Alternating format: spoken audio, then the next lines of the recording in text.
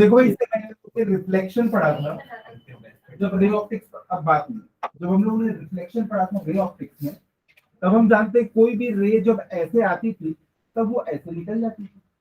तो ये देखो 2 आई और 2 डैश बन के निकल गई, 1 आई और 1 डैश बन के निकल गई, 3 आई और 3 डैश बन के निकल गई। तो सेम वैसे ही फेनोमेना हो रहा है यहाँ पे, लेकिन इस बार हम लोगों को क्या देखना है, वेव ऑप्टिक्स में हमको वेव फ्रंट देखना होता है। तो सारी की सारी रेज आपकी तरफ आ रही थी कि वेव फ्रंट आपकी तरफ आ रहा है। अब जैसे ही यहाँ पे पहला पॉइंट इसका टच करेगा, तो हाइगन्स प्रिंसिपल हम लोगों ने पढ़ा था। हाइगन्स प्रिंसिपल क्या कहता है कि जब भी कोई एक वेव फ्रंट आगे बढ़ता है ना, ये वेव फ्रंट आगे कैसे बढ़ता है, इसका जो हर एक पॉइंट होता है ना, वो खुद एक सोर्स की तरह एक्ट करता है। जब वो सोर्स की तरह एक्ट करता है तो उससे खुद क्या निकलते हैं, ऐसी वेव्स निकलती हैं। इसमें जितने भी पॉइंट्स है ना, सबसे ऐसी वेव्स निकलने वाली होती है। तो जब ये वेव्स ऐसी निकली, तो जब इनका हम लोगों ने टेंजेंट ड्रॉ किया, तो ये देखिए ये दूसरा वाला वेव फ्रंट। तो वो वेव फ्रंट को कंडीशन में आंसर वर्टिकल लाइन में हो सकता है, वेव कर्व कर अगर वेव फ्रंट आपका ऐसा कर्व वाला है, तो आपका ये सेकेंडरी वेव फ्रंट कैसे कर्व वाला होगा? ये मतलब पहला वाली स्ट्रेट लाइन, पहला वाला स्ट्रेट लाइन बिल्कुल हो सकती है। सन से लेकर हम तक की जो एक्सपोजर आता है ना, वो ऑलमोस्ट एक क्या होता है, PWF होता है, प्लेन वेव फ्रंट। क्योंकि सन से लेकर हम तक की डिस्टेंस बहुत ज्यादा है। जैसे कि आप देखना, आप किसी सर्कल की रेडियस बढ़ाते जाओ तो उसका कर्वेचर आपको कम दिखने मिलता है। जैसे अर्थ के केस में देख लो, आपको अर्थ ऑलमोस्ट फ्लैट दिखती है देखने से। और अर्थ फ्लैट में जितनी ज्यादा बड़ी रेडियस होती है ना, तो उसका कर्वेचर उतना कम होने लगता है, उतना ज्यादा कम। यहीं पे देखो, ये एक छोटा वाला सर्कल है। आप यहाँ पे खड़े हो, जब आप पूरी दूरी पे जाओगे तब आप अपने आप नीचे हो जाओगे। लेकिन अगर एक बहुत बड़े सर्कल का पार्ट है, बहुत बड़ा सर्कल है मान लो ये, उसमें आप सेम डिस्टेंस कवर करोगे ना, तो आप उतना ज्यादा नीचे नहीं जाओगे। यहाँ से देखो, ये यहाँ से लेके यहाँ तक की ये हमने सेम एंगल ड्रॉ किया, इसमें भी हमने सेम एंगल ड्रॉ किया, दोनों में सेम एंगल। लेकिन यहाँ पे देखो आपको एकदम कर्वेचर दिख रहा है, लेकिन यहाँ पे ऑलमोस्ट फ्लैट लाइन की तरह दिख रहा है। अगर इस सर्कल को और बड़ा बना दोगे ना, तो सेम एंगल के लिए आपको ऑलमोस्ट एक फ्लैट लाइन दिखी है। वैसे ही सन से लेकर हम तक की जब ये वेव्स आती है, कितना बड़ा सर्कल बन चुका होता है, 15 करोड़ किलोमीटर की रेडियस वाला एक सर्कल बन चुका होता है। तो उसके सामने अर्थ की रेडियस कितनी, 6400 किलोमीटर, बहुत छोटी चीज है। एक 15 करोड़ किलोमीटर रेडियस वाले सर्कल के सामने हमारी छोटी सी अर्थ 6400 किलोमीटर। तो उसके लिए क्या होता है, बहुत छोटा सर्कल। देखो ये अगर वो सर्कल है ना, तो हमारी अर्थ ये है उसके सामने ये। तो अर्थ को क्या लग रहा है, मेरे सामने तो एक प्लेन वेव फ्रंट आ रहा है, फील हो गया। तो इसके सामने उसको लगता है कि मेरे सामने क्या है, प्लेन वेव फ्रंट आ रहा है। तो अगर प्लेन वेव फ्रंट आएगा ना, ये देखो ये प्लेन वेव फ्रंट है, इसके हर पॉइंट से फिर क्या होगा, ये भी देखो, ये सेकेंडरी वेवलेट्स निकले। सेकेंडरी वेवलेट्स को क्या करेंगे हम लोग, टेंजेंट ड्रॉ करेंगे, तो ये नया वाला wave front. Huygens theory, Huygens ने बताने के बाद ये कहा था कि जरूरी नहीं कि ऐसा हो, आपको ऐसा एज्यूम करके चलना है, उससे आपको बेस्ट रिजल्ट्स मिलेंगे। उनसे पूछा गया कि ठीक है, अगर वेव हो तो बताओ वेव प्रोपोगेट कैसे करती है। उन्होंने बोला कि ये हमारा वेव फ्रंट है, इसके जितने भी पॉइंट है ना, ये सोर्स की तरह बिहेव करते हैं। अगर सोर्स है तो इसमें से भी वेव निकलेगी। जैसे ये वेव निकली तो हमने क्या किया, इनके पर टेंजेंट ड्रॉ किया। ये टेंजेंट जो है, ये नया वाला वेव फ्रंट है। अब ये जो है नया वाला वेव फ्रंट, इसके भी सारे पॉइंट कैसे बिहेव करेंगे, सोर्स की तरह बिहेव करेंगे। तो इसके ऊपर भी टेंजेंट ड्रॉ करेंगे, मतलब अब वेव फ्रंट आगे की तरफ। उनको केल्विन में करनी है, जैसा उसने बताया वैसा मान के काम करते जाते। हाइगन्स ने बोला ऐसा होता है, वैसा होता है। ठीक है। तो यहाँ पे भी देखो, जब ये वेव फ्रंट आके यहाँ पे टकराया, जैसे ये वेव फ्रंट यहाँ पे टकराया, पॉइंट नंबर ए से देखो, सबसे पहले एक वेवलेट बनना चालू हो जाएगा। लेकिन अभी तो कोई टकराया नहीं है। पूरी देर के बाद देखो, इसकी सिचुएशन ऐसी होगी कि इसका ये वाला पॉइंट, ये वाला पॉइंट, ये वाला पॉइंट भी यहाँ पे टकरा चुके होंगे। जैसे ये वाला पॉइंट टकराएगा, इससे भी एक वेव निकलेगी। लेकिन तब तक ये वाली वेव तो बड़ी हो चुकी होगी ना। धीरे धीरे धीरे धीरे ये वाला पॉइंट है ना, ये जाके फाइनली यहाँ पे मिलने वाला है। मैंने क्या किया, ए को उठा के यहाँ पे ए डैश लिख दिया, बी को उठा के बी डैश, इससे कोई प्रॉब्लम नहीं। आपको नाम ही अगर देखना तो कोई दिक्कत नहीं, बट एक्चुअल मुझे क्या लिखना था, यहाँ पे बी डैश लिखना था और यहाँ पे ए डैश लिखना। और मैंने पूरी कैलकुलेशन भी फिर ना इसी पे कर दी है, A B dash A dash ऐसा ट्राइंगल लेके। आपको फीलिंग्स लेना है, समझना है कि कैसे पूरा डेरिवेशन होता क्या है कि जब आप किसी बिल्डिंग के सामने या पेड़ के सामने खड़े हो, उसके नीचे पानी है, तो आपको उसकी इमेज उल्टी दिखाई देती है। ऐसा क्यों होता है? क्योंकि देखो ये ऐसा आया और ऐसे पलट के ये ऐसा आपकी तरफ आता है, इसीलिए हमको क्या है, उल्टी इमेज दिखाई देती है। उतना डिटेल में हमको नहीं जाना, इसकी डेरिवेशन पे जाते हैं कि जैसे ये पहला पॉइंट यहाँ पे टकराया, इससे एक वेव बनी। जब ये बीच वाला पॉइंट यहाँ पे टकराया, इससे भी वेव बनी, लेकिन ये पॉइंट बहुत पहले टकरा चुका था, इसकी वेव तब तक के यहाँ पहुंच चुकी है। अब जब ये वाला पॉइंट यहाँ पे टकराया ना, तो इससे एक वेव बनी, लेकिन ये पहली वाली वेव देखो इतनी बड़ी हो चुकी होगी, और ये वाली वेव भी थोड़ी सी ज्यादा बड़ी हो चुकी है। मैं पुरानी वाली वेव को मिटा देता हूँ यहाँ पे। ये देखिए, पुरानी वाली वेव को मिटा दिया, पुरानी वाली वेव को मिटा दिया, पुरानी वाली वेव को मिटा दिया। जब ये पॉइंट यहाँ पे स्ट्राइक किया ना, तब ये वाले पॉइंट की वेव इतनी बड़ी हो चुकी है, और जो पहला पॉइंट टकराया था उसकी वेव इतनी बड़ी हो चुकी है। तो हाइगन्स प्रिंसिपल क्या कहता है, सारे वेवलेट्स के ऊपर एक टेंजेंट ड्रॉ कर दो, वही नया वेव फ्रंट है। तो देखो ये नया वाला वेव था, इससे मिलाते हुए ये पुरानी सारी वेव्स के ऊपर, वेवलेट्स के ऊपर मैंने एक टेंजेंट ड्रॉ कर दिया, तो ये नया वाला वेव फ्रंट चलिए समझ आया, पक्का आ गया ना। तो हमको ड्रॉ क्या करना है, जितने भी सेकेंडरी वेवलेट्स बनेंगे ना, उनके ऊपर टेंजेंट हमको ड्रॉ करना है। तो यहाँ पे दिक्कत ये थी कि पूरा का पूरा अगर एक साथ टकराता ना नीचे, तो सबसे एक जैसी वेव्स निकलती, पर ये वाला पॉइंट पहले टकराया है, ये वाला बाद में, और ये वाला तो सबसे बाद में। इसकी वेव जस्ट अभी पैदा हुई है, ये थोड़ा पहले टकराया तो थोड़ी सी बड़ी वेव बन गई, और ये तो सबसे पहले टकराया तो इसकी वेव सबसे ज्यादा बड़ी बनी। सबसे एक टेंजेंट हमको ड्रॉ करना है, वही क्या हमारा नया वाला वेव है। एक तो समझ में आया पक्की बात। अब यहाँ पे देखो दो ट्राइंगल्स हम लोगों को देखने मिले, इसका वीडियो पे देखा था हमने। यहाँ पे हमको दो ट्राइंगल्स देखने के लिए मिल रहे हैं। इस जो मैंने नाम यहाँ पे लिखा हूँ ना, उसके हिसाब से मैं बता देता हूँ। एक ट्राइंगल ये है हमारा, कौन सा, ए बी ए डैश, एक ये वाला ट्राइंगल है और एक ये वाला ट्राइंगल है। ये दोनों ट्राइंगल के ऊपर ध्यान देना कि जब वेव यहां से लेके यहां तक के पहुंची, उसने एक टाइम लिया होगा, सेम टाइम पे ये टकरा चुका था, तो ये वाली वेव भी तो यहाँ तक के पहुंच चुकी थी।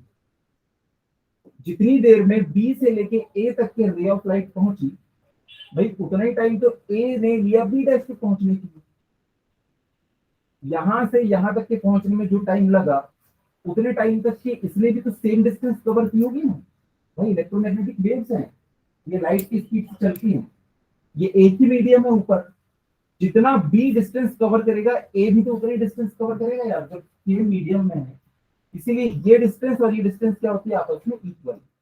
तो देखो ये साइड और ये साइड दोनों की इक्वल है, दोनों के लिए नीचे बेस भी इक्वल है, और दोनों में देखो ये वेव फ्रंट क्या है, 90 डिग्री एंगल बनाता है रे ऑफ लाइट, एंगल भी सेम, मतलब ये कौन सी ट्रायंगल लाइन, कॉन्ग्रुएंट ट्रायंगल से बनेंगे।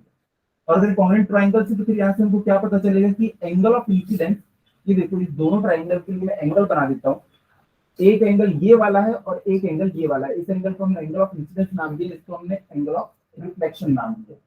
अगर बाकी सारी चीजें इनकी सेम है, तो जो बचा वाला एंगल है वो भी तो सेम होगा। कांग्रेस एंगल्स की, ट्रायंगल्स की क्या खास बात होती है, उनकी आमने सामने की साइड, आमने सामने के एंगल सब इक्वल होते हैं। तो भाई जब इनकी आमने सामने की साइड, ये वाली साइड इक्वल टू ये वाली साइड, ये वाली साइड इक्वल टू ये वाली साइड, ये वाला एंगल इक्वल टू ये वाला एंगल, तो भाई ये वाला एंगल इक्वल टू ये वाला angle. By the property of congruent triangles आप लिख देना कि आई इक्वल टू आर। यहाँ पे मैं एंगल का सिंबल बनाना भूल गया था शायद, एंगल एंगल एंगल एंगल, इसमें मैं लिख रहा था मुझको पीपीटी में एंगल का साइन, फिर मैं छोटे से इसमें लिख दूंगा। तो बच्चा डायरेक्ट ऐसे तो नहीं लिख दे, अपना एंगल लिखा है, हाँ तो एंगल लिख लेना। ये सब एंगल्स की बात है। जब ये कॉन्ग्रुएंट ट्रायंगल है, तो इनके आमने सामने के सारे एंगल, साइड सब कुछ इक्वल होंगे। तो angle I is equal to angle R. और हम लोगों ने पढ़ा था, जब रे ऑप्टिक्स पढ़ा था, लॉ ऑफ रिफ्लेक्शन सबसे पहला यही था, angle of incidence is equal to angle of reflection. बस वहां पे थोड़ा सा चेंजेस था, एंगल ऑफ ये आई क्या कहलाता था, मतलब किससे एंगल लेते थे हम लोग, नॉर्मल से एंगल लेते थे, लेकिन इस बार हम लोग एंगल कहां से ले रहे हैं, प्लेन से एंगल ले रहे हैं। देखो ये वाला वेव फ्रंट जिस एंगल पे टकरा रहा है वो एंगल ऑफ इंसिडेंस है, और जिस एंगल से ये अभी वापस से टेक ऑफ कर रहा है उसका जो एंगल है एंगल ऑफ रिफ्लेक्शन। देखो बी से ए डैश की डिस्टेंस हमको निकालना है, तो वेलोसिटी इनटू टाइम, लाइट की वेलोसिटी कितनी होती है, सी इनटू टी, भाई आप किसी वेलोसिटी से अगर टाइम को मल्टीप्लाई करेंगे तो आप डिस्टेंस निकाल सकते हैं, distance travelled is equals to velocity to time. तो हमने ये डिस्टेंस निकाला और सेम डिस्टेंस क्या हो जाएगी ए बी डैश, क्योंकि उसके लिए टाइमिंग सेम है टी और उसके लिए वेलोसिटी ऑफ लाइट भी सेम नहीं है। तो ये दोनों इक्वेशंस हमको ये पता चल गया कि दोनों इक्वल है। आप लोगों को इतना भी लिखने की जरूरत नहीं है, आप लिख देना सीधे दोनों कॉन्ग्रुएंट ट्रायंगल है, इस वजह से angle I is equal to angle R, बात खत्म। तो ये पूछता है एग्जाम में, इसमें डेरिवेशन में इतना टाइम दिया है, ये इतना क्लियर है। चलिए यहाँ पे तो वो वीडियो था। अब हमको देखना है refraction on the basis of wave theory. हम लोगों ने रिफ्लेक्शन देख लिया, अब हमको रिफ्रैक्शन देखना है। और हाँ, यहाँ पे रिफ्लेक्शन में हमने दो लॉस पढ़े थे। पहला लॉ क्या था, ये वाला angle of incidence is angle of reflection, ये तो लॉ नंबर 1 हो गया। उसके बाद देखो सबसे नीचे वाले लाइन में लिखा हुआ है देयरफॉर इंसिडेंट रे, ये जो दोनों वेव फ्रंट बन रहे हैं, ये जो वेव फ्रंट बन रहे हैं ये एक लाइन नहीं है, ये पूरा का पूरा एक प्लेन, ये पूरा का पूरा एक प्लेन और रिफ्लेक्शन आएगा ना, ये पूरा का पूरा ना एक प्लेन, ये प्लेन वेव फ्रंट ना, देखो ये ऐसे आके टकराया है और उसके बाद ये ऐसे चला गया है। और ये दोनों प्लेन कैसे हैं, परपेंडिकुलर टू द बोर्ड। यहाँ पे मैंने पेपर लिखा है कि कॉपी में आपका पेपर होगा।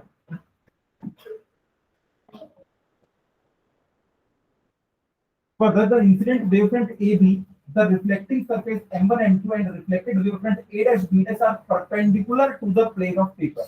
जो सरफेस है वो भी ऐसे परपेंडिकुलर है, वेवफ्रंट है वो भी परपेंडिकुलर है।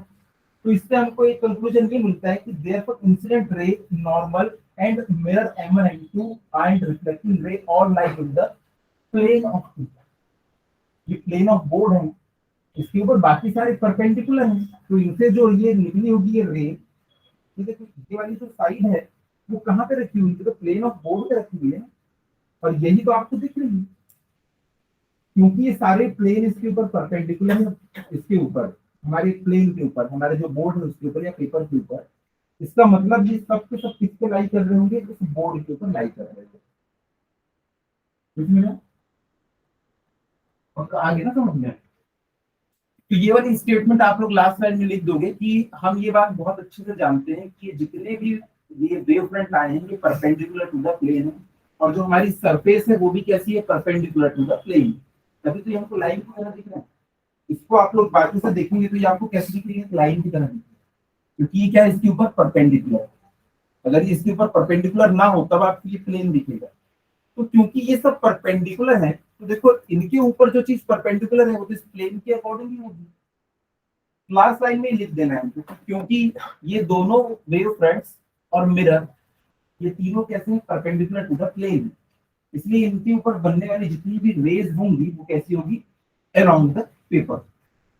अब देखो ये जो है इसके ऊपर परपेंडिकुलर है और इसके अलोंग जितनी भी चीज आएगी, अगर आप उसकी फोटो खींचोगे तो देखोगे आप इसके अलोंग दिखेगी, इसकी जितनी भी ये साइड्स हैं वो अलोंग द प्लेन ही दिखेगी। हाँ, अलोंग द पेपर मतलब पेपर पे आप इसको सीधा ऐसा ड्रॉ कर सकते हो। इसके ऊपर जो चीज रखी हुई है इसको हटा दो, ये देखो आपको अलोंग द प्लेन दिखेगी, इसकी फोटो लो। तो जितनी भी रेज आ रही, जब हम लोग रेज लेते थे तो देखा होगा आपने, रेज को डायरेक्ट हम लोग ऐसे यहाँ पे डाल, और हम लोगों ने एजम्पशन लिखा था कि वो अलोंग दिस प्लेन आ रही है, याद है। चलिए फिर हम लोग अब चलते हैं किसका, रिफ्रैक्शन के ऊपर। तो देखिए रिफ्लेक्शन में अब क्या होगा, पिछली बार हम लोगों ने पढ़ा था रिफ्लेक्शन, तो उसमें मिरर यूज किया था। इस बार हम लोगों को देखना है रिफ्लेक्शन। तो रिफ्लेक्शन में हम लोग क्या लेंगे, दूसरा एक ऐसा मटेरियल लेंगे जिसमें से रे ऑफ लाइट या वेव फ्रंट जो है वो पास हो सकता है, जैसे कि एक ग्लास स्लैब। तो ऊपर में जो मीडियम है उसके लिए रिफ्रैक्टिव इंडेक्स कितना है, μ1, और नीचे वाले के लिए कितना है, μ2। अगर रिफ्रैक्टिव इंडेक्स अलग अलग होंगे इसका मतलब उसमें वेलोसिटी ऑफ लाइट भी क्या होगी, अलग अलग होगी। ये वही बताते हैं हमको μ1 और μ2। म्यू होता क्या चीज है, c upon v, velocity of light in vacuum, velocity of light in that medium. अगर मीडियम में वेलोसिटी चेंज हो रही है तो म्यू की वैल्यू चेंज हो जाएगी। तो इसके लिए μ1 है, इसके लिए μ2 है। यहाँ पे ना लाइट की स्पीड v1 है और यहाँ पे लाइट की स्पीड v2। जब ये एयर वैक्यूम होगा तो v1 इक्वल टू c हो जाएगा बाद में, बात की बात है।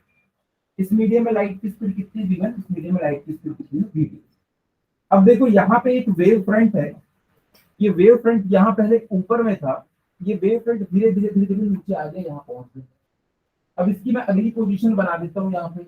अब ये जो है वेव फ्रंट एक ऐसा टाइम आया कि वो यहाँ पे पहुंच गया, इसने एक खास एंगल से इसके ऊपर इंसिडेंट किया, जिसको मैंने क्या नाम दे दिया, एंगल ऑफ इंसिडेंस, आई मैंने इसको नाम दे दिया। अब क्योंकि ये रिफ्लेक्टिंग सरफेस नहीं है, रिफ्रैक्टिंग सरफेस है, जिसके आर पार लाइट जा सकती है, तो अब क्या होगा कि ये रे ऑफ लाइट इसके अंदर घुसने वाली है, ये वेव फ्रंट इसके अंदर घुसेगा। जिनको इमेजिन नहीं हो पा रहा है, देखो वो ये किससे मिलके बना हुआ है, ऐसी रे ऑफ लाइट से तो मिलके बना हुआ है, ये रे ऑफ लाइट से मिलके बना हुआ है, ये रे ऑफ लाइट अंदर जाएंगे इसके। तो देखो जैसे ही ये वाला पॉइंट इसके ऊपर स्ट्राइक किया, अब हम वेव ऑप्टिक्स पढ़ रहे हैं, हम रे ऑप्टिक्स नहीं पढ़ रहे हैं, तो हमको वेव्स बनानी पड़ेगी। तो जैसे ही ये वाला पॉइंट यहाँ पे स्ट्राइक किया, ये एक वेव बनाएगा। थोड़ी देर के बाद ये वाला पॉइंट जब यहाँ पे पहुंचेगा तो ये अपनी वेव बनाएगा, और थोड़ी देर के बाद ये वाला पॉइंट जब पहुंचेगा तो ये अपनी वेव बनाएगा। सबसे बड़ी वेव किस पॉइंट की होगी, 1 2 3 4, जब ये यहाँ पे पहुंच चुका होगा, ये पूरा पूरा। देखो ये इसमें से ना पूरा ऐसा पार होके यहाँ पहुंच चुका है, ये वाला पॉइंट जो अभी तक के छुआ नहीं था, उसने जस्ट इसको छुआ है। तब तक के बताओ सबसे बड़ी वेव किसकी बन चुकी होगी, ऑब्वियसली 1, सबसे पहले उसी ने कॉन्टेक्ट किया। तो पता है 1 की वेव यहाँ तक के पहुंच चुकी थी, 2 की वेव यहाँ तक के पहुंच चुकी थी, 3 बाद में टकराया, इसकी लिए उसकी वेव यहाँ पहुंची थी, 1 तो सबसे आखिर में पहुंचा था। देखो उसकी वेव जो है अभी जस्ट बनना शुरू हुई, मैंने एक छोटी सी वेव बना दी ताकि हम लोग एक टेंजेंट ड्रॉ कर सकें। तो जो इन वेव्स के ऊपर टेंजेंट होता है वही तो वेव फ्रंट होता है। तो देखो यहाँ पे एक नया वेव फ्रंट हमको देखने के लिए मिल गया, स्ट्रेट लाइन ही होगा ये ऑब्वियसली। तो ये वेव फ्रंट था। अब देखो वेव फ्रंट ऐसा होगा, जब इसको आप एक्चुअल डायग्राम बनाओगे ना, तो अब देखो एक्चुअल डायग्राम कुछ इस तरीके का दिखेगा। यहाँ पे इसका एंगल ये था, लेकिन यहाँ जाते जाते देखो रे ऑफ लाइट हमेशा कैसी होती थी, थोड़ी सी बैंड हो जाती थी। जो आप इसके ऊपर रे ऑफ लाइट दिखाओगे ना, तो आपको दिखेगा ये सीधा का सीधा ऐसा नहीं गया है, थोड़ा सा ऐसा होगा। और इसका रीजन क्या है, देखो मेरा ना क्वेश्चन है यहाँ पे, एक क्वेश्चन कि ये अगर हमारा सेपरेटिंग बाउंड्री है, यहाँ पे ये हमारा वेव फ्रंट आया, ये हमारा वेव फ्रंट, इसको तो एज इट इज यहाँ पे पहुंच जाना चाहिए था बिना किसी, मतलब इसके बिल्कुल पैरेलल। ये पैरेलल होगा कि नहीं होगा, ये देखो ये ऐसा इसके अंदर गया और बिल्कुल एज इट इज यहाँ पे पहुंच गया, मतलब इसके बिल्कुल पैरेलल है। ये दोनों लाइन पैरेलल होगी या नहीं होगी, नहीं होगी। क्यों, बेंड जाएगा, लाइट सीधा ये तब परपेंडिकुलर पैरेलल होगा ना सर, जब वो बेंड हो जा रहा है रिफ्रैक्शन करंट, तो बेंड हो जाएगा तो एक सर्टेन एंगल। नहीं, हमने तो अभी रे ऑप्टिक्स पढ़ा ही नहीं, हमने तो सिर्फ वेव फ्रंट देखा है। मुझे बस बताओ, मैं रे ऑप्टिक्स नहीं जानता, ये वेव फ्रंट ऐसा आया, इसके बिल्कुल पैरेलली ये वाला होगा या दोनों के बीच में कुछ एंगल होगा, सर एंगल होगा। तो बताओ ये वाला एंगल ज्यादा होगा या ये वाला एंगल ज्यादा होगा, एंगल आई ज्यादा होगा या एंगल आर ज्यादा होगा, आई। पता है क्यों, क्योंकि ये वाला जो मीडियम था उसमें लाइट की स्पीड कुछ थी, अब इसमें लाइट की स्पीड चेंज हो गई। तो आप देखो एक चीज नोटिस करो, ये वाला जो पॉइंट वेव बना रहा है वो डेंस मीडियम में बना रहा है, और ये वाला जो अभी ट्रेवल कर रहा है वो कहाँ ट्रेवल कर रहा है, लाइट मीडियम में, रेयर मीडियम। तो ये यहाँ से यहाँ तक की जितनी देर में पहुंच जाएगा ना, पता है लाइट इसमें उतना डिस्टेंस ट्रेवल नहीं कर पाएगी। आप खुद देखो, आप यहाँ पे खड़े हो, आपका दोस्त यहाँ पे खड़ा, ये जमीन है, लैंड है ये, और ये वाटर है। अगर आपका दोस्त यहाँ से यहाँ तक की डिस्टेंस ट्रेवल कर लिया और आप भी इसी डायरेक्शन में जा रहे हो, वो भी इसी डायरेक्शन में जा रहे हैं, वो ज्यादा डिस्टेंस कवर करेगा क्योंकि वो लैंड में है। लैंड में हमारी स्पीड ज्यादा होती है, लेकिन किसी डेंसर मीडियम में हमारी स्पीड कम हो जाती है। तो पता है ए से जो वेव निकलेगी ना, उनकी स्पीड कम हो जाएगी। इसने जितनी डिस्टेंस ट्रेवल किया, अगर ये भी उतनी डिस्टेंस ट्रेवल करता ना, तो दोनों लाइन पैरेलल बनती, लेकिन ये उतनी डिस्टेंस ट्रेवल नहीं कर पाएगा क्योंकि डेंस मीडियम है, तो इसमें वेव्स की स्पीड ना कम हो जाती है और वो ज्यादा डिस्टेंस कवर नहीं कर पाएगी। मैं तो इसको और छोटा दिखा देता हूँ ताकि आप लोगों को अच्छे से समझ में आए। इसने ना ज्यादा डिस्टेंस कवर नहीं कर पाई, इसने सिर्फ इतनी डिस्टेंस कवर की, लेकिन उतनी देर में क्या हुआ, ये यहां से लेके पूरा यहां तक के पहुंच गया। अब जब ये वेव्स बनाना शुरू करेगा, इसकी वेव तो बस यहां तक के पहुंची थी, ये देखो, ये हम टेंजेंट ड्रॉ करेंगे तो ये दोनों लाइन हमको पैरेलल नहीं दिख रही। ये समझ में आया थोड़ा? इसको फिर से देखते हैं। यहाँ पे देखो, ये एक सेपरेटिंग बाउंड्री है, ऊपर में एक रेयर मीडियम है और नीचे में डेंसर मीडियम है। रेयर मीडियम में साउंड, इसकी जो स्पीड होती है ना वो ज्यादा होती है, लाइट की स्पीड, और यहाँ पे जो लाइट की स्पीड होती है वो कम होती है।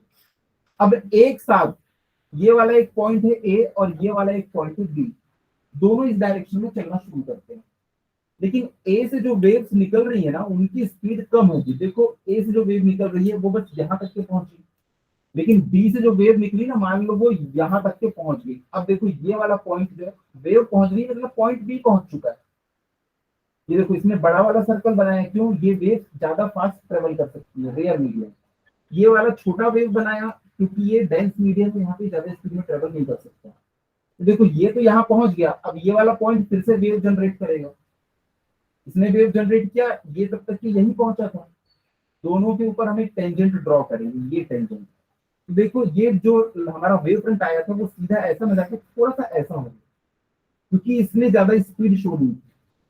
अब इनकी स्पीड सेम रहेगी, यहां से लेके यहां तक के जितने भी पॉइंट है सब सेम स्पीड से मूव करेंगे, क्योंकि एक ही मीडियम है।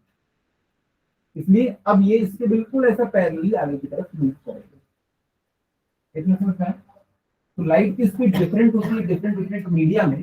इस वजह से क्या होगा, वो जो प्लेन वेव फ्रंट आया था ना वो अपने ओरिजिनल डायरेक्शन में नहीं चल पाएगा, तो थोड़ा सा ऐसा बैंड। और हमें क्या फील होता है कि देखो, ये रे ऑफ लाइट आई, यहाँ पे पहुंची और ये थोड़ी सी ऐसी बैंड हो गई, हमें ऐसा फील होता है। यहाँ पे देखो, यहाँ पे बिल्कुल ऐसे फील हो रहा है कि ये रे ऑफ लाइट देखो यहाँ से यहाँ तक तो बिल्कुल सीधी आई, लेकिन उसके बाद थोड़ी सी बैंड हो जाती है, टुवर्ड्स द नॉर्मल शिफ्ट हो जाती है जब डेंसर मीडियम आता है। तो रे ऑफ इस ख्याल से भी हम इसको समझ सकते हैं। चलिए, तो इसका नाम लिखिएगा refraction on the basis of wave theory.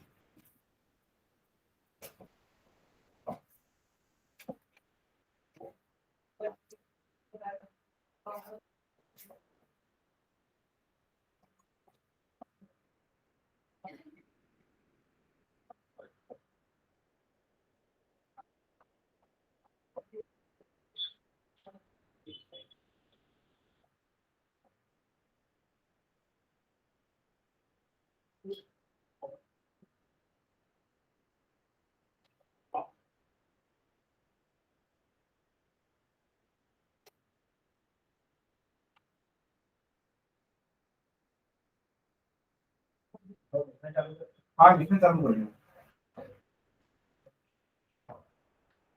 लिखिएगा, in the given figure X Y is a plane surface. In the given figure, xy is a plane surface that separates a denser medium. इधर जाके लिखोगे इसको, इधर जाके लिखोगे। समझते हो गया ना यहाँ पे क्या हुआ है? अभी बचा हुआ है। अभी देखो, यहाँ पे था μ1 और वेलोसिटी ऑफ लाइट की v1, यहाँ पे μ2 और वेलोसिटी ऑफ लाइट क्या v2। अब यहाँ पे देखो, दो ट्राइंगल्स हमको दिख रहे हैं। एक ये ऊपर वाला ट्राइंगल है, इसमें मैंने इसको नाम दे दिया एंगल ऑफ इंसिडेंस। भाई, जिस एंगल से पहला पॉइंट इसको टच किया, जिस एंगल से लैंड किया है, वही एंगल ऑफ इंसिडेंस।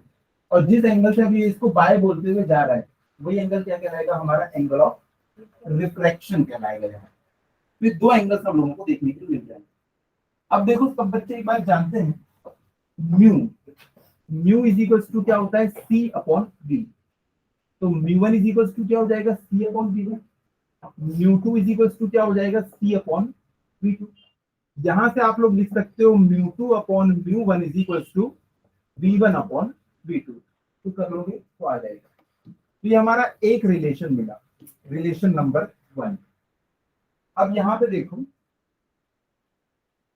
अब यहाँ पे अगर मैं आपसे बोलूं कि मुझे साइन आई की वैल्यू निकाल के बताइए, साइन आई की वैल्यू, ये तो देखो 90 डिग्री, और ये भी कैसा है इसके ऊपर? ये 90 डिग्री। रे ऑफ लाइट हमेशा वेव फ्रंट के ऊपर कैसी रहती है? परपेंडिकुलर रहती है। तो देखो, यहां से अगर मैं आपको बोलूं कि आई की वैल्यू आपको निकालना है, आई कैसे निकाल सकते हैं? साइन आई, अगर ये एंगल है तो इसके सामने वाला क्या हो जाएगा? Perpendicular. Perpendicular divided by base. Perpendicular divide by base. तो वो हाइपोटेन्यूज है सर, AB होगा ना, बेस AB होगा। सॉरी सॉरी, उल्टा है नहीं। अब ये हो गया हमारा perpendicular upon AB A B dash. Sir AB A B क्यों 90 डिग्री तो हमेशा किसके बीच बनता है? परपेंडिकुलर और बेस के बीच बनता है। परपेंडिकुलर किसके बीच बनता है? परपेंडिकुलर किसके बीच बनता है? बेस और, सॉरी परपेंडिकुलर बोल रहा हूँ, right angle triangle. Right angle किसके बीच बनता है? परपेंडिकुलर और बेस के बीच में। यहाँ पे भी देखो ये राइट एंगल बना है, ये किसके बीच में बना होगा? बेस और परपेंडिकुलर। ये हाइपोटेन्यूज। तो यहाँ से मैं क्या लिख सकता हूँ? सबसे पहले तो हम लोगों ने निकाला एक रिलेशन। वो रिलेशन क्या था? μ2 upon μ1 is equals to v1 upon v2। ये रिलेशन नंबर 1 है। From triangle A B B dash and triangle A B dash, क्या था और ए डैश, चलो जो भी था देख लेंगे वहां से। यहां से हम लोग लिख सकते हैं sine I is equals to, sine I is equals to, यहाँ से sine I is equals to क्या हो जाएगा? B B dash upon A B dash. एक बात बताओ, बी बी डैश कितना होगा? ये डिस्टेंस है जो कि लाइट ट्रेवल कर रही है, तो ये डिस्टेंस कितनी हो जाएगी? इसकी वेलोसिटी इनटू टाइम। ये डिस्टेंस निकालना है यार। यहाँ पे वेलोसिटी v1 है और टाइम लिया है t, तो ये हो जाएगा v1 इंटू टी। यहाँ पे लाइट की स्पीड कितनी है? v2, तो ये डिस्टेंस कितनी हो जाएगी? v2 into T. तो देखो जब ये वाला एंगल में निकालूंगा तो perpendicular upon hypotenuse, perpendicular upon hypotenuse, ये हाइपोटेन्यूज होगा इसकी। डायग्राम थोड़ा सा उल्टा बना है, अदरवाइज आप लोग जानते हैं कि ये 90 डिग्री किसके बीच में बनता है? परपेंडिकुलर और बेस के बीच में बनता है। तो ये परपेंडिकुलर और ये बेस, ये क्या हो जाएगा उसके लिए? हाइपोटेन्यूज। ये भी राइट एंगल है, तो इसकी सामने वाली साइड क्या होती है? हाइपोटेन्यूज। एक बात बताओ, यहाँ से साइन आई यहीं पे लिख लेते हैं। Sine I is equal to क्या हो जाएगा? v1 into T upon A B dash. Sine R is equal to A dash upon A B dash, यानी v2 into T upon A B dash. अब यहां से देखो मैं कर देता हूँ sine I upon sine R. अगर मैं sine I upon sine R कर दूंगा तो क्या हो जाएगा? ए बी से ए बी डैश से ए बी डैश कट जाएगा, टी से टी कट जाएगा, sine I by sine R equals to क्या हो जाएगा? v1 by v2। इसको मैं डायरेक्ट उठा के रख देता हूँ। साइन आई कितना आया था हमारा? v1 into T upon A B dash. Sine R is equal to क्या आया था? v2 into T upon A B dash. Therefore sine I upon sine R is equal to v1 upon v2। ये हमारा आ गया equation number 2। From 1 and 2 आप क्या लिख सकते हैं? μ2 upon μ1 is equal to sine I upon sine R. इसको cross multiply करेंगे, ये उधर जाएगा। μ1 sine I is equal to μ2 sine R. यही क्या है? Snell's law. रिफ्लेक्शन में यही हम लोगों ने पढ़ा था। रिफ्लेक्शन का पहला लॉ यही था, जिसको हम कहते हैं स्नेल्स लॉ। तो लिख लीजिएगा विच इज स्नेल्स लॉ। तो यहाँ पे रिफ्लेक्शन भी हमारा खत्म हो गया। इसको घर जाके आप लोगों को कॉपी करना, ठीक है? नीचे लिख देंगे it is clear from the figure that the incident raise है। ये वाली लाइन तो आपको दोनों में कॉमन लिखना है। It is clear from the figure that incident rays normal to the interface xy and reflected rays all lie in the same plane. This is second law of reflection. ये हमारा reflection वाला part खत्म हुआ। अब हमको ये देखना है कि जो रे ऑफ लाइट है, आप लोगों ने इससे पहले पढ़ा था, प्रिज्म से पास होती है, उसका बिहेवियर क्या होता है। उसके बाद आपने देखा था कि किसी कॉन्वेक्स लेंस से पास होती है तो देखो ऐसे करके सामने मर्ज हो जाती है, याद है? उसके बाद आप लोगों ने बहुत पहले बचपन में पढ़ा था कि जब सामने ऐसा मिरर होता है तब भी रे ऑफ लाइट कैसी होती है? ऐसे आगे जाके मर्ज हो जाती है। तो इसको हम लोग देखेंगे वेव फ्रंट के नजरिए से। रे ऑफ लाइट से तो आप लोग समझ गए थे, वेव फ्रंट के नजरिए से हम लोग देखते हैं कि ये कैसे बिहेव करता है। इसमें आपको कैलकुलेशन कुछ नहीं करना है, आपको सिर्फ बोलेगा डायग्राम बना के दिखाओ कि एक वेव फ्रंट प्रिज्म के सामने कैसा बिहेव करेगा। तो यहाँ पे देखो, पहले बनाते हैं प्रिज्म। तो ये हो गया हमारा प्रिज्म।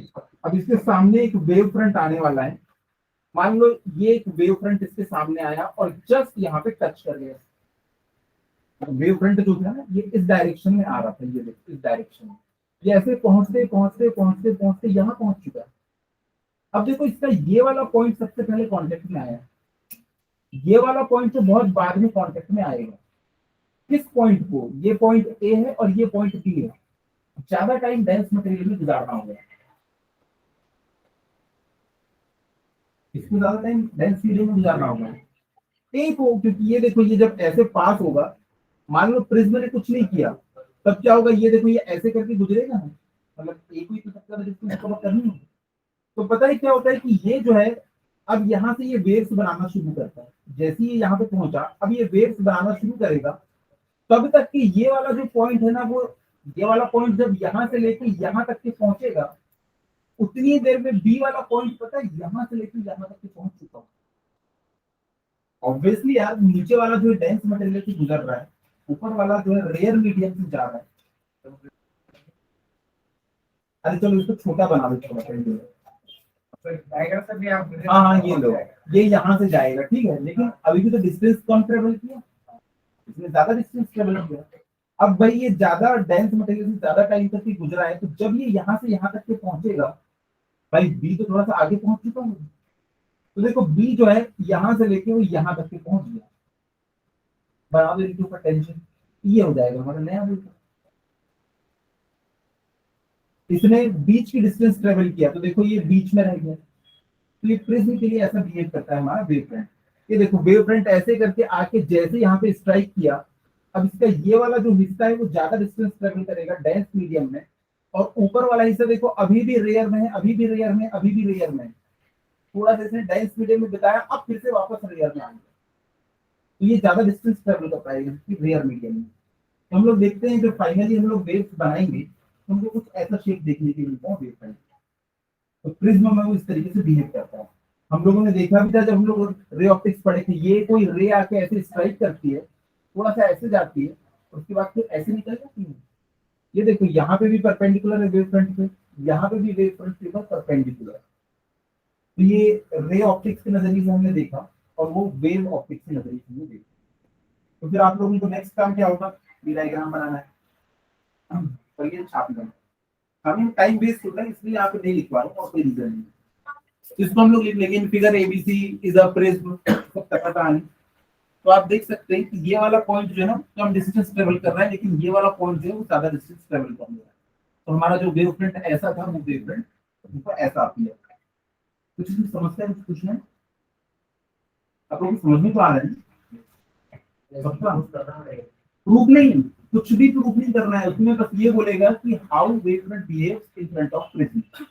आपको बताना है कि अगर ऐसा वेव फ्रंट है, उसके बाद आपको बताना होगा कि ये वाला पॉइंट जो ज्यादा डिस्टेंस ट्रेवल कर रहा है, कोई नाम लिख देंगे इसका, ज्यादा डिस्टेंस ट्रेवल कर रहा है इन डेंसर मीडियम, और ऊपर वाला जो पॉइंट है वो कम डिस्टेंस कवर कर रहा है इन रेयर मीडियम, सॉरी ज्यादा डिस्टेंस ट्रेवल कर रहा है इन रेयर मीडियम। तो बस इतना लिखना, it is clear from the figure. ये देखो फिगर से क्यों क्लियर हो जा रहा है, इसमें ज्यादा डिस्टेंस ट्रेवल कर लिया, इसलिए कम डिस्टेंस ट्रेवल किया, क्यों, उसकी डेंस मीडियम।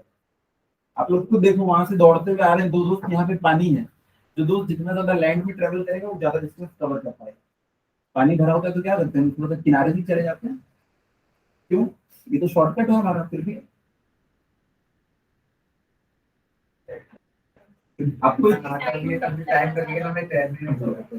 आपको एक बात बताता हूँ, जो लाइट होती है ना, लाइट जो लाइट होती है ना, वो हमेशा हरी पे होती है, हरी, जल्दी वाली। हाँ, अच्छा आपने ग्रीन वाला है समझ लिए इतना। तो तुम्हारी बता, यहाँ पे देखो, ये हमने ना एक स्लैब रखा है, और यहाँ पे अभी कुछ नहीं। देखो ये रे ऑफ लाइट अगर हवा में जाएगी तो बिल्कुल ऐसे निकल जाएगी, तो देखो वहां पे कोई हमने बीच में मीडियम नहीं रखा, तो रे ऑफ लाइट आई और सीधी ऐसी निकलेगी। लेकिन यहाँ पे देखो एक ग्लास का स्लैब रखा हुआ है, अगर ग्लास का स्लैब रखा हुआ है तो देखो यहाँ से लेके यहाँ तक की तो हमारी लाइट जो है वो बिल्कुल सही सही अंदर आएगी। अब जैसी वो फील करती है कि ये जो है डेंसर मटेरियल है, अगर डेंसर मटेरियल है तो मेरी स्पीड यहाँ पे क्या हो जाने वाली है, कम हो जाने वाली है। तो आप खुद देखो, अगर वो कुछ नहीं होता तो वो ऐसे जाती, लेकिन वो थोड़ी सी ऐसी हो जाती है, थोड़ा सा नॉर्मल से इधर शिफ्ट हो जाती है ना टुवर्ड्स द नॉर्मल। तो आप खुद देखो, अब पुराने उसमें उसको ज्यादा डिस्टेंस ट्रेवल करना पड़ता, अब उसको कम डिस्टेंस ट्रेवल करना पड़ता। तो लाइट जानती है कि डेंसर मीडियम है, तो मैं क्या करूं कि मैं थोड़ा सा ना अपनी जितनी डिस्टेंस ट्रेवल करना है उसको कम कर लेती हूँ, तो दैट जब यहाँ पे कोई मीडियम नहीं होता तो मैं जितनी देर में यहाँ पहुंचती, अभी मैं उतनी देर में वहां पहुंची, क्योंकि मैंने अपनी डिस्टेंस को कम कर लिया। बताएं क्या? टाइम तो उतना ही लगेगा ना। हाँ, दोनों जगह से पहुंचने में टाइम इसलिए सेम लग रहा है, देखो स्पीड कम है, इसलिए क्या कर लिया, अपनी डिस्टेंस को कम कर लिया। इसको ना थोड़ा सा और बड़े उसमें समझते हैं ताकि और क्लियर दिखे, कि मान लो यहाँ पे कुछ भी नहीं होता, तब ये ऐसा पाथ होता उसका, लेकिन यहाँ पे ये बहुत डेंस मटेरियल है, तो पता है इसने अपना पाथ ऐसा करना। अब देखो ये ज्यादा है कि ये ज्यादा है, पुराना वाला ज्यादा है, तो इसने अपनी डिस्टेंस ना ट्रेवल करने की कम कर दी, क्योंकि स्पीड कम हो चुकी है, ताकि ना ये उसी टाइम पे बाहर निकल सके। इसीलिए ना जो रे ऑफ लाइट है वो बहुत चालाक है, जैसी डेंस मीडियम आया थोड़ा सा ना अपनी डिस्टेंस जितनी ट्रेवल करना है उसकी कम कर ले। आप खुद देखो, ये एक नदी बह रही है, ये एक नदी बह रही है, यहाँ पे अभी भैया खड़े हैं, दूसरे पेज में बताता हूं कि ये एक नदी बह रही है, यहाँ पे अबीर भैया खड़े हैं और यहाँ पे मयंक भैया खड़े हैं, ठीक है। अब देखो यहाँ दूर, यहाँ पे कोई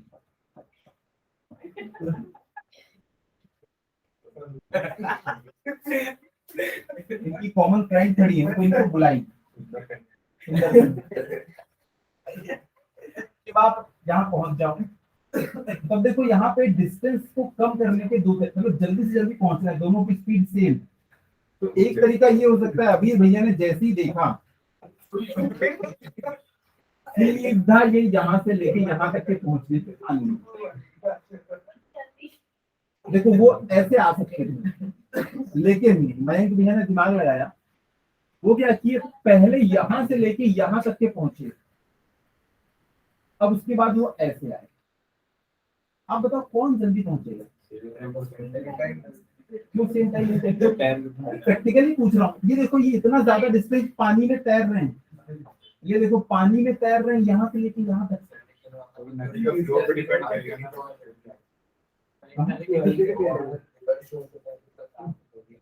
अरे भैया ये डिस्टेंस और ये डिस्टेंस में कोई बहुत ज्यादा फर्क नहीं है, लेकिन देखो पानी में तैरने में हमारी स्पीड जो रहती है ना ऑलमोस्ट 1/4 1/5 रह जाती है, 1/4 1/5 रह जाती है। इसलिए हमको क्या करना है, थोड़ा सा धैर्य से काम लेना है, पहले देखना है कि सही कंडीशन क्या होगी। तो यहाँ तक कि वो पहुंचे, परपेंडिकुलर डिस्टेंस हमेशा क्या होती है, शॉर्टेस्ट। तो मयंक भैया ने क्या किया, यहाँ से लेकर यहाँ तक कि वो दौड़ के पहुंच गए, वो जानते हैं कि मैं जितना कम टाइम पानी में तैरूंगा उतना ज्यादा मैं, उससे 5 गुना ज्यादा मैं लैंड में कवर कर सकता हूँ। तो इनको यहाँ से यहाँ तक के आने में 1 मिनट लगा, हो सकता है इनको 2 मिनट लगा, अब इनको तैरने में 10 मिनट लगे और उनको ये तैरने में 6 मिनट लगे, 2 मिनट पहले पहुंच गए। और राखी बंगाली पहले राखी बांधने लगे। चलो अब इसके बाद हमको देखना है behaviour of lens towards plane wave front. देखो इसमें ना सिर्फ ये डायग्राम बनाने के लिए बोलता है, तो बहुत ज्यादा डिटेल में तो जाना नहीं होता। अब देखो यहाँ पे डबल कॉन्वेक्स लेंस, ये हमारे है ना, आ गया है ना, ये हमारा देखो एक डबल कॉन्वेक्स लेंस है। देखो ये एक प्लेन वेव फ्रंट है जो इसकी तरफ आगे बढ़ रहा है, ये प्लेन वेव फ्रंट जो है वो यहाँ तक के पहुंच चुका है। अब आप इस प्लेन वेव फ्रंट का देखो, ये वाला हिस्सा इसके कांटेक्ट में आ चुका है, लेकिन ऊपर वाला हिस्सा अभी कांटेक्ट में नहीं आया है। तो आप खुद बताओ, जब ये वाला हिस्सा यहाँ तक के पहुंचेगा, ये वाला हिस्सा यहाँ पहुंचेगा कि आगे निकल चुका होगा? आगे ऑब्वियसली यहाँ तक के पहुंच चुका होगा। ये वाला हिस्सा भी देखो, यहाँ से यहाँ तक बहुत स्पीड में आया, डेंस मीडियम में भी कम टाइम स्पेंड करना पड़ा, ये भी पता है बहुत आगे तक निकल जाएगा। बस इनको जोड़ दो, ये है। अब इससे जो वेवलेट्स निकलेंगी ये देखो वेवलेट्स ऐसे निकलती हैं, वेवलेट्स ऐसे, ये सारे के सारे सोर्स की तरह बिहेव करेंगे। इनके ऊपर अब आप टेंजेंट ड्रॉ करोगे ना तो ये छोटा होते जाएगा, छोटा। अब ये जो नया वाला बना है इसके ऊपर आप ड्रॉ करो तो ये और छोटा और छोटा और छोटा, ऐसे जाते जाते जाते जाते ये आखिरी में यहाँ पे नहीं। तो जो यहाँ पे था प्लेन वेव फ्रंट, यहाँ पे क्या बन चुका है, converging spherical wave front. Spherical क्यों बोला मैंने, जो प्लेन था ना प्लेन, वो ऐसे गुजर के आ रहा था इस तरफ से, ये देखो ऐसे, लेकिन जब वो इधर पहुंच चुका है तो चारों तरफ से मुड़ चुका है, तो ये कुछ ऐसा कटोरे टाइप का शेप बन चुका हुआ, इसलिए इससे मैंने क्या नाम दिया, कन्वर्जिंग स्पेरिकल वेव। ठीक है, तो ये वाला डायग्राम यहाँ से देख के आप लोगों को बना लेना। ये देखो प्लेन वेव फ्रंट आया, यहाँ पे जैसे ही टच किया ये वाला पॉइंट जो है वो आगे तक निकल जाएगा, ये वाला पॉइंट भी आगे तक, ये वाला बेचारा पीछे रह जाएगा। तो वेव फ्रंट कुछ इस तरीके से आगे जाता है, कन्वर्ज होते हुए फाइनली एक पॉइंट पे जाकर मिल जाता है। क्या आप लोग अपनी कॉपी में मुझे डबल कॉन्केव लेंस के लिए बना के बता सकते हैं? जिसको रे ऑप्टिक्स से याद होगा वो तो पहले रे ऑप्टिक्स से रे बना के खत्म कर देगा। बनाओ बनाओ बनाओ।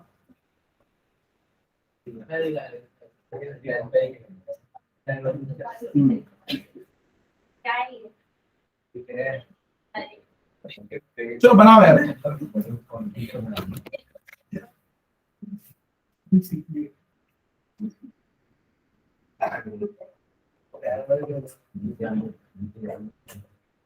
ये वेव फ्रंट जाके यहाँ पे पहुंच चुका है।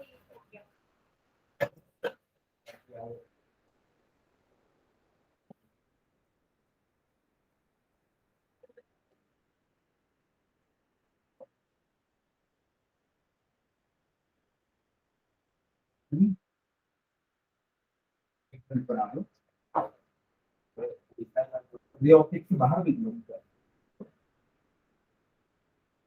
तो देखो ये वाला पॉइंट जो है ना, इसको बहुत डिस्टेंस ट्रेवल करनी है। जब ये यहाँ से यहाँ तक के पहुंचेगा, इसने तो ये डिस्टेंस रेयर मीडियम में ट्रेवल किया, उसके बाद ये भी बहुत कम मिला, तो पता है ये आगे की तरफ पहुंच जाए।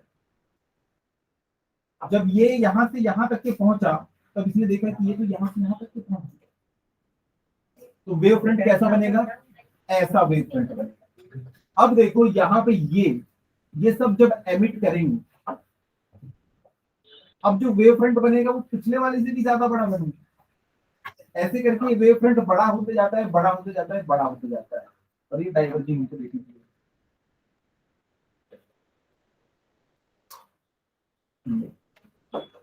इसके बाद तीसरी चीज हमें देखनी है, उल्टा बना है।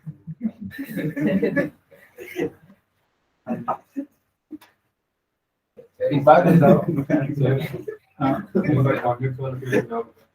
कॉन्वेक्स वाला ये वाला, ठीक है। तो देखो ये बाई कॉन्वेक्स लेंस है, ये प्रिंसिपल एक्सिस, वेव फ्रंट जैसे ही इसको टच किया, अब देखो ये वाला जब यहाँ तक के पहुंचा होगा, ये वाला थोड़ा आगे तक के पहुंच चुका होगा, सॉरी उल्टा होगा। ये वाले को देखो ज्यादा डिस्टेंस ट्रेवल करनी है किसमें, डेंस मीडियम में, लेकिन ये वाला जो देखो ये रेयर मीडियम में और डेंस मीडियम बस थोड़ा सा जाता है बीच में। इसका मतलब जब ये यहाँ से यहाँ तक के पहुंचेगा, ये थोड़ा सा यहाँ से आगे की तरफ निकल चुका है, क्योंकि बीच में देखो डेंस मीडियम कम टाइम के लिए आया है, इसके लिए भी देखो डेंस मीडियम बहुत कम समय के लिए आया है, तो ये भी आगे निकल चुका होगा। इससे तो डेफिनेटली आगे निकल चुके होंगे। आप खुद अगर दौड़ते हुए जा रहे हो, जहाँ ज्यादा पानी है, आप थोड़ा सा यहाँ तक के पहुंचोगे, आपका दोस्त यहाँ पहुंच चुका होगा। तो बस इनके ऊपर हमको क्या करना पड़ता है, ये तीनों के तीनों फोर्स की तरह बिहेव करेंगे, और तीनों को मिलाते हुए हमको एक ऐसा कर्व ड्रॉ करना है जो कि क्या बन जाएगा, इसका सेकेंडरी वेव फ्रंट। अब ये जो सेकेंडरी वेव फ्रंट है, इसके ऊपर हमको फिर से ड्रॉ करना है यही सब वेवलेट्स। ये जब वेवलेट्स आप ड्रॉ करेंगे, इनके ऊपर जब टेंजेंट ड्रॉ करेंगे, देखेंगे कि ये टेंजेंट अगली बार से और छोटा बना है, धीरे धीरे ये आगे बढ़ेगा। जैसे जैसे आगे ये देखो नया वाला बना है, अब इसके ऊपर ऐसे ड्रॉ करेंगे हम लोग वेवलेट्स, तो जो अगला वाला जो बनेगा ना वो इससे और छोटा बनेगा, और छोटा होते होते होते होते एक पॉइंट पे जाके सिमट जाता है। तो रेज पैरेलल आती है, ऑब्वियसली ये पैरेलल मतलब प्लेन वेव फ्रंट है तो रेस पैरेलल आएगी, फोकस पे जाके आगे कैमरा होता है, हाँ उसमें बड़ा होते जाता है।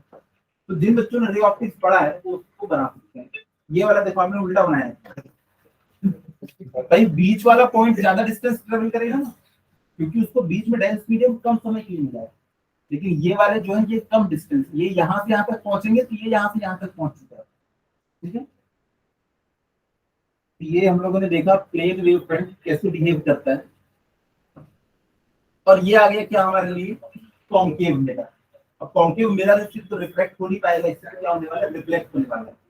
तो यहाँ पे देखो ये हमारा मिरर है, ये हमारा प्रिंसिपल एक्सिस है। जब ये वेव फ्रंट जाके इससे टकराया, ये देखो इससे टकरा गया, अब ये पॉइंट तो वापस से बाउंस बैक हो गए, ये वापस से बाउंस बैक होकर ये वाला और ये वाला यहाँ पहुंचा, ये वाला देर से टकराया तो बाउंस बैक होकर इसको आने में टाइम लग गया। ये देखो वेव फ्रंट ऐसा बनेगा, और जब भी ऐसा वेव फ्रंट बनता है वो कैसे होने लगता है, सिकुड़ने लगता है और एक पॉइंट पे जाके मिल जाता है। और इसका अपोजिट क्या हो जाएगा, कॉन्वेक्स। क्या उसको ड्रॉ करके बता सकती है, बना इस बात सही है। एक बार ये हमारा कॉन्वेक्स मिरर, ये है इसका प्रिंसिपल एक्सिस, ये जो है जाके उसमें आगे मिला,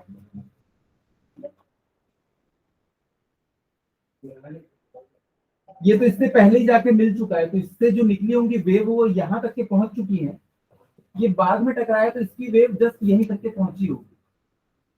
भाई ये पहले टकराया तो पहले बाउंस बैक हो गया, ये बाद में जाके टकरा रहा है तो इसकी वेव बाद में निकली और ये बात पीछे रह गया। इतना तो समझ में आ रहा है भाई, ये पूरा ऐसे ऐसे जा रहा था, ये वाला हिस्सा पहले टच हुआ, जहां पे टच हुआ मिरर का वो हिस्सा क्या बन गया, फोर्स बन गया, उसने वेव्स निकाल दी। लेकिन ये जब ये हिस्सा टच हो चुका था, ये हिस्सा टच हुआ ही नहीं है, ये बाद में टच होगा तो वेव बाद में बनेगी, वेव पीछे रह जाएगी।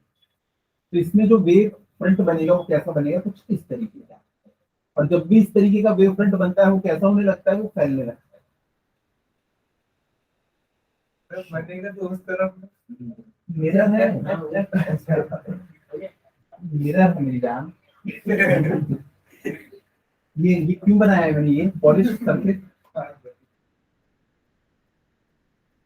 चलो कोई बात नहीं, अच्छा वो मतलब बनवा दिया मैंने सोचा ये तो बना दिया मैंने, कॉम्प्लेक्स को बना दिया कॉम्प्लेक्स।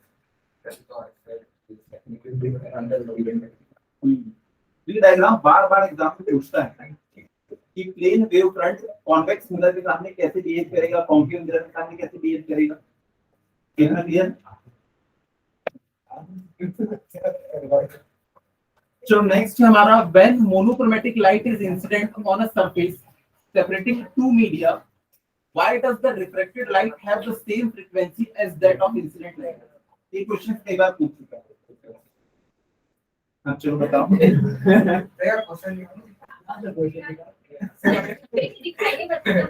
सबसे इम्पोर्टेंट नहीं, क्वेश्चन इम्पोर्टेंट नहीं है, क्वेश्चन में जो चीजें हैं जैसे कि मोनोक्रोमेटिक लाइट, मोनोक्रोमेटिक लाइट का मतलब क्या होता है, हाँ एक ही कलर की जिनका वेवलेंथ सेम हो और फ्रीक्वेंसी सेम हो। मोनोक्रोमेटिक मतलब जिनका वेवलेंथ, फ्रीक्वेंसी और कलर सारी चीजें सेम हो, मोनोक्रोमेटिक। मोनो का मतलब होता है सिंगल, क्रोमेटिक ये बताता है वेवलेंथ, यानी कि सेम होगा वेवलेंथ, एक ही वेवलेंथ सबका। तो क्वेश्चन में पूछ रहा है कि जब एक मोनोक्रोमेटिक लाइट इंसिडेंट करती है किसी सरफेस पे, ऐसी सरफेस पे जो दो मीडियम को सेपरेट कर रही है, यानी हवा से अब ग्लास में जा रही है ray of light, why does the refracted light have same frequency as that of incident light? याद है हम लोगों ने डिस्कस किया था कि कौन कौन सी चीजें सेम रहती है और कौन कौन सी चीजें चेंज हो जाती है, उसमें बताया था फ्रीक्वेंसी हमेशा सेम रहती है। तो उसका आंसर ये है कि फ्रीक्वेंसी कौन डिसाइड करता है, जो सोर्स होता है वो डिसाइड करता है, और कलर भी वही डिसाइड करता है। तो कलर और फ्रीक्वेंसी को सोर्स डिसाइड करता है। अब वो किसी भी मीडियम से चले जाए उसकी फ्रीक्वेंसी और उसका कलर क्या रहता है, हमेशा सेम रहता है। तो वही मैंने यहाँ पे लिख दिया, the frequency of EM waves, light एक इलेक्ट्रोमैग्नेटिक वेव है, depends only on the source. ये लाइन आप लोगों को याद रखना है, इसकी फ्रीक्वेंसी किस पे डिपेंड करती है। कई क्वेश्चन आ चुके हैं जेडब्ल्यू वगैरह में, तो वो सिर्फ और सिर्फ किस पे डिपेंड करेगा, सोर्स के ऊपर, व्हिच प्रोड्यूसेस इट, जिसने इसको प्रोड्यूस किया है। the frequency is independent of the medium through which it travels. उस पर डिपेंड नहीं करती किस मीडियम से जा रही है, फ्रीक्वेंसी हमेशा सेम रहेगी। क्या वेवलेंथ चेंज होता है?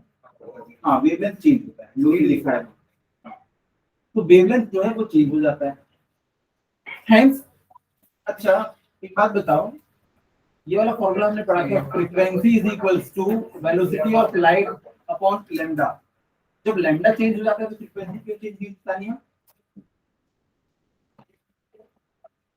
मैंने बोला एक बात बताओ, मोनोक्रोमेटिक लाइट की फ्रीक्वेंसी चेंज नहीं होती, क्यों?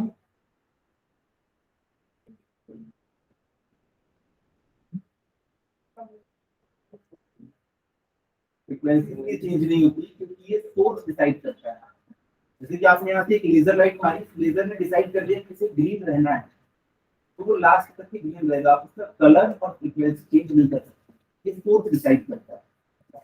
तो सोर्स उसकी फ्रीक्वेंसी डिसाइड कर रहा है, और लेकिन उसका वेवलेंथ चेंज हो सकता है, क्योंकि जो कलर हमें दिखता है ना वो वेवलेंथ के ऊपर डिपेंड करता है। अब जैसे देखो सन की जो लाइट आती है वो मोनोक्रोमेटिक है या नहीं? नहीं, उसमें 7 अलग अलग कलर, 7 अलग अलग वेवलेंथ मिक्स है, और प्रिज्म क्या करता है, सबको अलग अलग कर देता है, सारे 7 वेवलेंथ को अलग अलग कर देता है, तो उसको सारे अलग अलग लाइट देखने मिलते हैं। तो देखो वेवलेंथ चेंज हो रहा है पर फ्रीक्वेंसी चेंज नहीं हो रही। हाँ, क्योंकि मीडियम में लाइट की स्पीड भी चेंज हो जाती है, भले वेवलेंथ चेंज हो रहा है पर लाइट की स्पीड भी ऐसे चेंज होती है कि फ्रीक्वेंसी हमेशा क्या रहती है, कांस्टेंट बनी रहती है। तो ये क्वेश्चन कई बार पूछता है कि किसी भी मोनोक्रोमेटिक लाइट, मोनोक्रोमेटिक लाइट जब भी किसी मीडियम से पास होती है तो उसकी फ्रीक्वेंसी क्यों चेंज नहीं होती? तो आप बोलेंगे क्योंकि वो डिपेंड करती है सोर्स के ऊपर। सोर्स ने जो फ्रीक्वेंसी बना दिया है वो किसी फ्रीक्वेंसी का आगे ट्रैवल करेगी। क्या इसका वेवलेंथ चेंज हो सकता है? हाँ, इसका वेवलेंथ चेंज हो सकता है, डिपेंड करता है कि वो किस मीडियम से गुजर रहा है।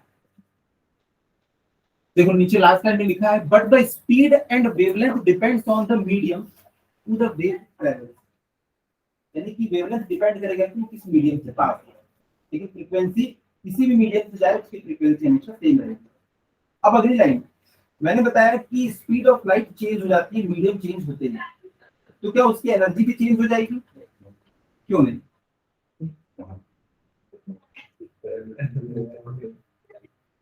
भाई उसकी स्पीड चेंज हो गई तो उसकी एनर्जी चेंज होना चाहिए ना, तो उस पर फ्रीक्वेंसी डिपेंड कर रहा था ये भी। हाँ, एनर्जी का फॉर्मूला होता है E H mv स्क्वायर। ये सब किसके लिए है? भाई लाइट आ रहा है आपके पास में, तो एनर्जी मेरा क्वेश्चन सिर्फ इतना है कि जब वो डेंस मीडियम में जाती है तो उसकी स्पीड कम हो जाती है, ऐसा मैंने सुना है, तो क्या उसकी एनर्जी भी कम हो जाती है? नहीं चेंज होती, क्योंकि एनर्जी क्या होती है, E is equals to H nu. H क्या, प्लैंक कांस्टेंट, और न्यू क्या होता है, फ्रीक्वेंसी। फ्रीक्वेंसी चेंज नहीं हो रही तो उसकी एनर्जी भी चेंज नहीं होगी। डिटेल में इसको हम लोग डिस्कस करना है, इस फॉर्मूले को डिस्कस करना है, ठीक है? हाँ, क्या बोल रहे थे? इजी तो स्टेंसिस करके बोला ना।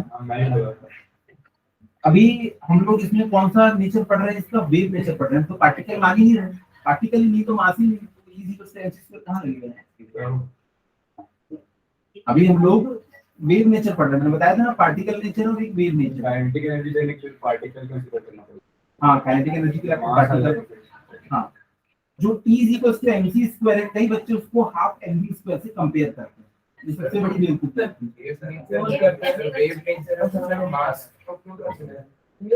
क्योंकि वो वेव है। इसको हमें आगे अच्छे से डिस्कस करना ही है। अभी इसको टॉपिक को यहीं पे छोड़ो, उसके बाद इसको डिस्कस करते हैं हम लोग। अभी सिर्फ इतना याद रखो कि जो एनर्जी होती है इलेक्ट्रोमैग्नेटिक वेव्स की, क्या होती है, एच न्यू। फ्रीक्वेंसी चेंज नहीं तो उसकी एनर्जी भी चेंज नहीं, ठीक है? चलो इस वाले क्वेश्चन का आंसर दो। यहाँ पे एक वेव फ्रंट है, उस वेव फ्रंट की मैंने 3 फोटो बना दी, एक बनाने से काम चल जाता है। ये वेव फ्रंट आया आया आया और स्ट्राइक करेगा, तो मुझे बताओ कि अगर वो ऐसे स्ट्राइक कर रहा है तो वो रिफ्रैक्ट जब होगा तो इसमें से कौन सा आंसर सही है? A B C D B सही होगा। सर बी सी एंगल कम होगा उसका अरे रूट में 1.4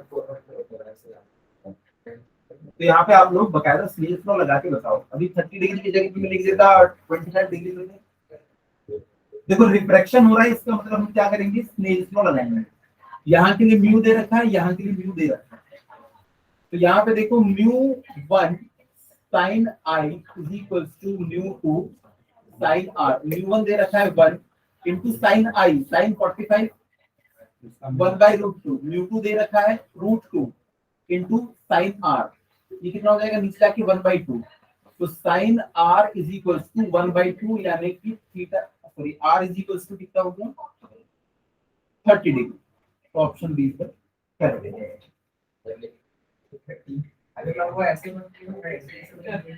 ये ऐसा आया, ये यही लटक गया और ये ऐसा हो गया।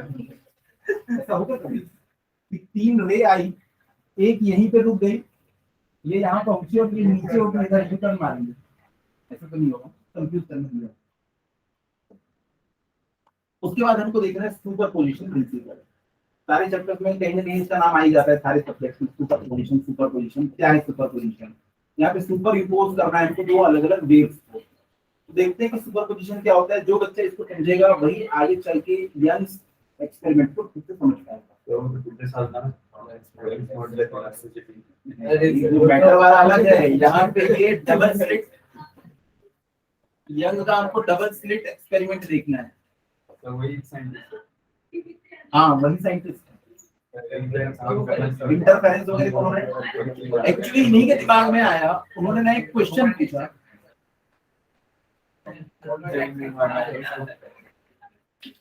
चलो यहाँ पे ध्यान दें।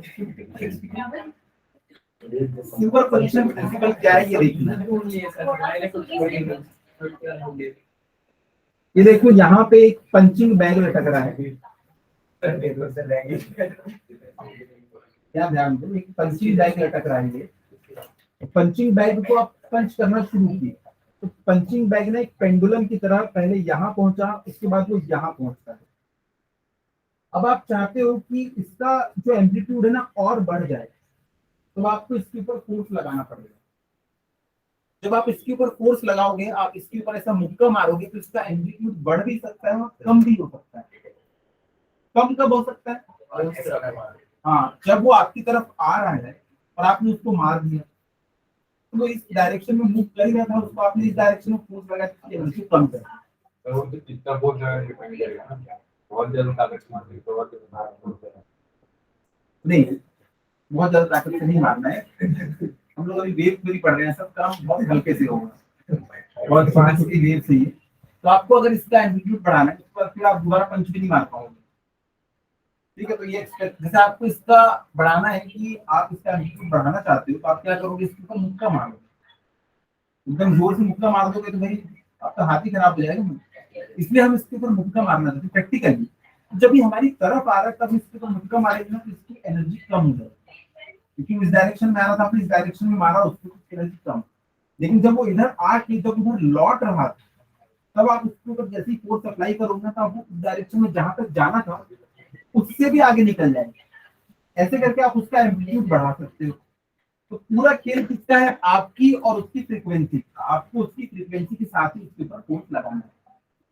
आपको उसकी फ्रीक्वेंसी के साथ ही उसके ऊपर फोर्स लगाना है। तो यहाँ पे देखो, बस इसको खत्म करके चलते हैं। यहाँ पे देखो दो वेव्स हैं।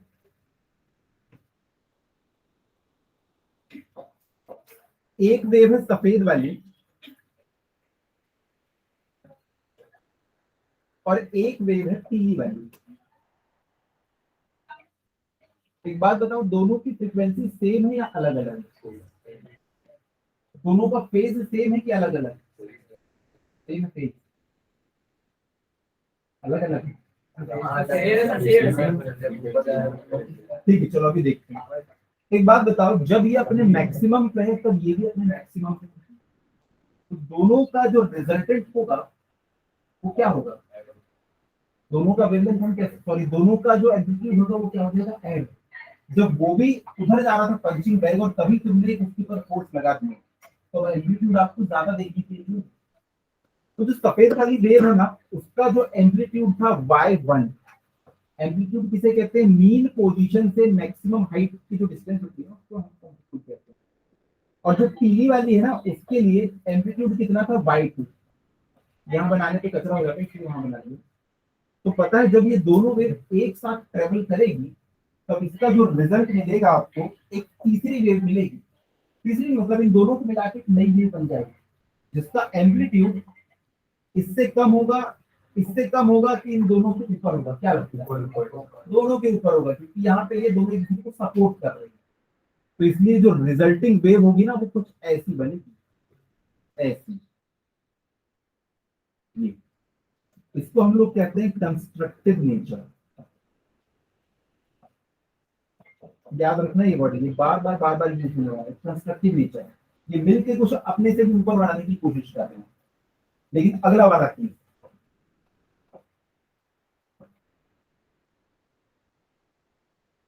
इसमें भी सफेद वाली वेव है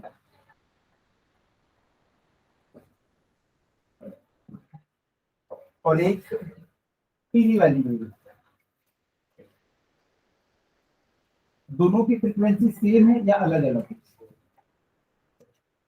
दोनों का फेज सेम है या अलग अलग है? कैसे अलग अलग है? हाँ, यानी कि दोनों की मैक्सिमम वैल्यूज जो है ना, अलग अलग उसकी मिल रही है। इसकी मैक्सिमम वैल्यू किसको मिल रही है? 90 डिग्री पे। इसकी मैक्सिमम वैल्यू कहाँ मिल रही है? 270 डिग्री पे। तो ये इससे 180 डिग्री पीछे है। जब ये मैक्सिमम पे पहुंचता है, तब ये तो बेचारा अपने मिनिमम पे होता है, मतलब पीछे है उससे। ये एक साथ चल रहे हैं, एक साथ, ठीक है। तो दोनों का फेज यहाँ पे डिफरेंस है, यहाँ पे फेज दोनों का सेम है। 90 डिग्री पे ये भी टॉप पे था, 90 डिग्री पे ये भी टॉप पे था, लेकिन वहां पे कुछ अलग है। तो फ्रीक्वेंसी तो सेम है। फ्रीक्वेंसी क्या होता है? एक पर्टिकुलर टाइम में कितनी बार वो अप एंड डाउन हुए हैं। एक पर्टिकुलर टाइम में ये भी एक बार अप एक बार डाउन हुआ, ये भी एक बार अप एक बार डाउन हुआ, तो फ्रीक्वेंसी दोनों की सेम। लेकिन मान लो ये पीला वाला ऐसा ऐसा ऐसा ऐसा बनता, तो इसकी फ्रीक्वेंसी ज्यादा है, ज्यादा बार ये ऊपर नीचे होगा, ठीक है। तो यहाँ पे देखो, अब ये दोनों एक दूसरे का सपोर्ट कर रहे हैं कि अपोज कर रहे हैं? अपोज कर रहे हैं। जब ये उधर खींचने की कोशिश कर रहा है, इधर खींचने की कोशिश कर रहा है, तो जो रिजल्टिंग बनेगा वो कहाँ बनेगा? दोनों के बीच में होगा, लेकिन थोड़ा सा सफेद वाले की तरफ होगा, क्योंकि वो ज्यादा एम्पलीट्यूड है। हाँ, अगर दोनों का एम्पलीट्यूड बिल्कुल सेम होता ना, पता है वेव बिल्कुल स्ट्रेट लाइन में जाती है। तो यहाँ पे जो इसका रिजल्टेंट होगा ना, वो कुछ ऐसा होगा, ऐसा कनेक्ट करके। इसको हम कहते हैं डिस्ट्रक्टिव नेचर।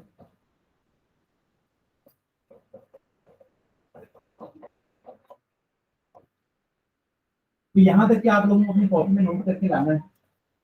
और ये कंस्ट्रक्टिव नेचर, डिस्ट्रक्टिव नेचर ही बहुत इंपॉर्टेंट है। इसके बगैर अगला तो यंग लेवल एक्सपेरिमेंट है, वहां पे समझ में नहीं आने वाला है। इसमें देखो आगे जाके बहुत कचरा हो जाएगा कि वेव्स, आप लोग खुद बताओगे मुझे कि यहाँ पे देखो वेव्स मिल रही है, तो यहाँ पे कंस्ट्रक्टिव नेचर होगा कि डिस्ट्रक्टिव नेचर होगा, इसको देख के आप लोग समझोगे। फेज वाला कौन सा? और साइन नहीं, मतलब फेजर डायग्राम की तो जरूरत नहीं पड़ेगी।